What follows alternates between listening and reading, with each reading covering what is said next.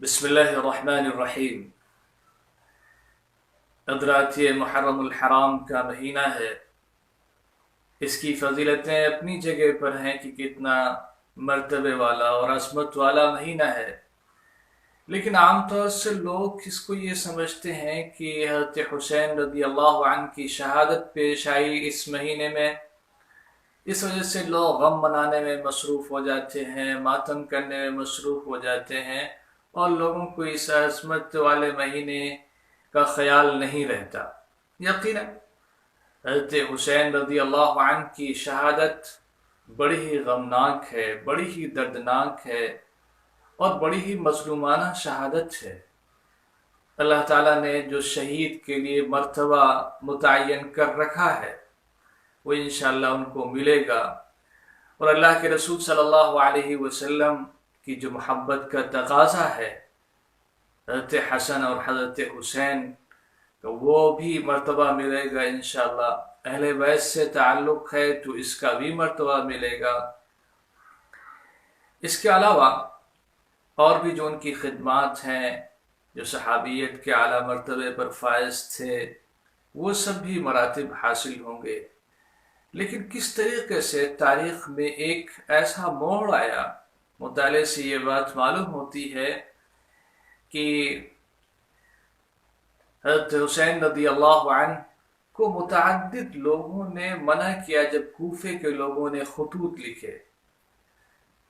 خط لکھ کر بلایا، ہزاروں خطوط لکھے گئے، اور ہزاروں لوگوں نے مسلم بن عقیل جو آپ کے چچا بھائی تھے ان کے ہاتھ پر بیعت کی کہ حضرت حسین رضی اللہ عنہ کے ہاتھ پر ہم بیعت کرتے ہیں کہ ان کو ہم اپنا خلیفہ تسلیم کریں گے، ان کے ہاتھ پر بیعت کریں گے، اور ان کے لیے اپنی جان کو ہم نچھاور کر دیں گے، نثار کر دیں گے۔ لیکن جب آپ وہاں سے چلے تو دھیرے دھیرے حقیقت واضح ہوتی چلی گئی کہ مسلم بن عقیل کا ساتھ دینے کے لیے وہاں کوئی تیار نہ ہوا کوفے میں۔ اور جب اور آگے بڑھے تو یہ اطلاع بھی ملی کہ مسلم بن عقیل کو قتل کر دیا گیا ہے۔ اور جب آپ کوفے پہنچ گئے تو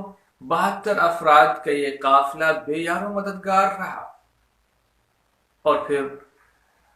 وہی ہوا جس کا اندیشہ لوگوں سے تھا۔ متعدد لوگوں نے حضرت حسین رضی اللہ عنہ کو منع کیا تھا کہ آپ وہاں تشریف نہ لے جائیے، اہل کوفہ کے قول و قرار پر اعتماد نہیں کیا جا سکتا۔ لیکن حضرت حسین رضی اللہ عنہ نے ایک عزم مصمم کر رکھا تھا کہ ہمیں وہاں جانا ہے اور اپنی بات کو رکھنا ہے، اور ظلم کے خلاف، تعدی کے خلاف، معصیت کے خلاف ایک غلط راستے پر حکومت جا رہی ہے اس کو منع کرنا ہے، اور اس پہ انٹرفیئر کرنا ہے۔ اس کے لیے وہاں تشریف لے گئے، لیکن آپ کی اور آپ کے خاندان کے لوگوں کی جو مظلومانہ شہادت ہے پوری دنیا آج تک اسے یاد رکھے ہوئے ہے۔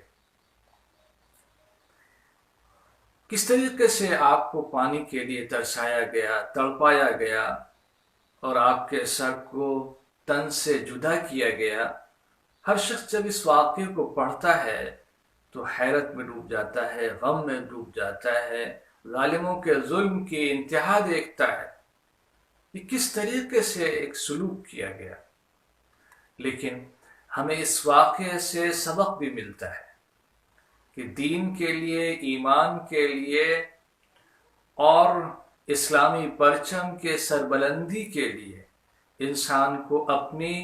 جان بھی قربان کرنی پڑے تو اس کے لیے دریغ نہیں کرنا چاہیے، اس کے لیے سوچنا چاہیے۔ یہ حضرت امام حسین رضی اللہ عنہ کا سب سے بڑا پیغام ہے کہ آپ نے خود اپنی قربانی پیش کی۔ آپ کی عمر اس وقت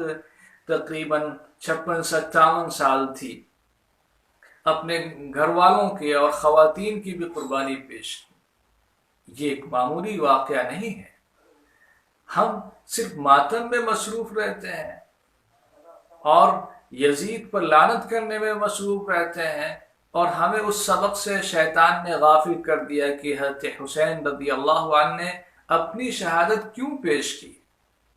اعلاء کلمت اللہ کے لیے پیش کی، دین کی سربلندی کے لیے پیش کی، حق کو غالب کرنے کے لیے پیش کی، موقف کو واضح کرنے کے لیے پیش کی، اور ان کو ذرا بھی خطرہ نہیں تھا کہ میری جان جائے گی یا رہے گی، اس لیے کہ آخرت میں جو انعامات ملنے والے ہیں شہداء کو، آخرت میں جو اللہ تعالیٰ کی طرف سے وعدے ہیں، اس کا ان کو یقین تھا، اور نبی اکرم صلی اللہ علیہ وسلم کی جو بشارتیں ہیں اس کا ان کو یقین تھا۔ آج جب ہم یہ ماتم کرتے ہیں کہ حضرت حسین رضی اللہ عنہ کو شہید کر دیا گیا، تو ہمارے ذہن میں شہادت کا مقام بھی نہیں ہوتا، بہت سے لوگوں کے ذہن میں شہادت کی عصمت بھی نہیں ہوتی، یہ بھی نہیں جانتے کس مقصد کے لیے نکلے تھے حضرت حسین رضی اللہ عنہ، کیا ان کو مقام ملنے والا ہے وہ بھی نہیں۔ اور آج ہم دین کے لیے ادنا سی قربانی پیش نہیں کر سکتے، ہم سینہ کو بھی تو کر لیتے ہیں، حضرت حسین رضی اللہ عنہ کے غم میں اپنے سینے کو چاک تو کر لیتے ہیں، گریباں چاک کر لیتے ہیں، لیکن کبھی کسی قربانی کا مطالبہ ہوتا ہے تو اس کے لیے ہم تیار نہیں ہیں، یہاں تک کہ چھوٹی سے چھوٹی قربانی کے لیے۔ لہٰذا جو پیغام ہے حضرت حسین رضی اللہ عنہ کی شہادت کا، اس کو امت کو یاد رکھنا چاہیے۔ شہادت کے واقعات ان سے پہلے بھی پیش آئے، بہت سے لوگ شہید ہوئے، اور بعد میں بھی پیش آتے رہیں گے،